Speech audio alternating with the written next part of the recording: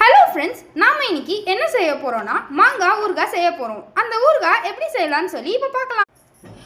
இப்போ சின்ன சின்ன பீஸாக மாங்காவை கட் பண்ணி ஒரு பிளேட்டில் மாற்றி வச்சுக்கலாம். அப்படியே நாம் மிளகாத்தூள் ஒரு ஸ்பூன், உப்பு ஒரு ஸ்பூன் வச்சுக்கலாம். இப்போது நம்ம ஸ்டவ்வை ஆன் பண்ணிக்கலாம். கடாய் அதுக்கு மேலே வச்சு அந்த கடாய் நல்லா சூடான உடனே ஒரு ஸ்பூன் ஆயில் விட்டுக்கலாம்.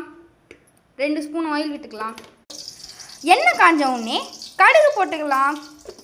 கடுகு பொரிய ஸ்டார்ட் ஆயிடுச்சு. கடுகு பொரிய ஸ்டார்ட் ஆன உடனே உப்பையும் மிளகாத்தூளையும் போட்டுக்கலாம்.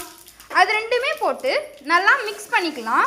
அது மிக்ஸ் பண்ணும்போதே மாங்காவையும் ஆட் பண்ணிக்கலாம். மாங்காவையும் நல்லா